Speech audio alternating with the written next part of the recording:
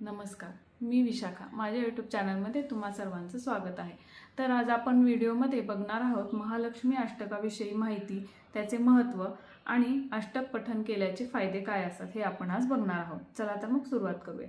महालक्ष्मी अष्टक हे देवी महालक्ष्मीचे स्तोत्र आहे. अष्टक म्हणजे 8 श्लोकांचे स्तोत्र.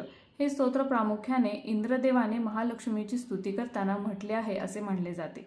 या स्तोत्रात देवी लक्ष्मीच्या शक्ती, वैभव, संपत्ती आणि कृपेचे वर्णन केलेले आहे.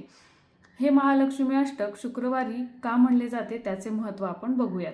शुक्रवार हा महालक्ष्मीचा दिवस मानला जातो. या दिवशी अष्टक म्हणल्याने घरात सुख समृद्धी येते असे मानले जाते.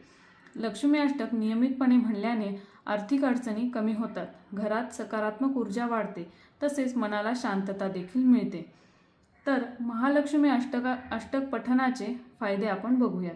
धनधान्य वृद्धी, कुटुंबात ऐक्य आणि आनंद, नकारात्मक शक्ती दूर होतात, तसेच आत्मविश्वास वाढतो, व्यवसाय आणि कामात यश मिळते. हे महालक्ष्मी पठणाचे फायदे आहेत. तर तुम्हाला हा व्हिडिओ कसा वाटला मला कमेंट बॉक्समध्ये नक्की सांगा. व्हिडिओला लाईक शेअर नक्की करा आणि सबस्क्राईब करायला विसरू नका. थँक्यू.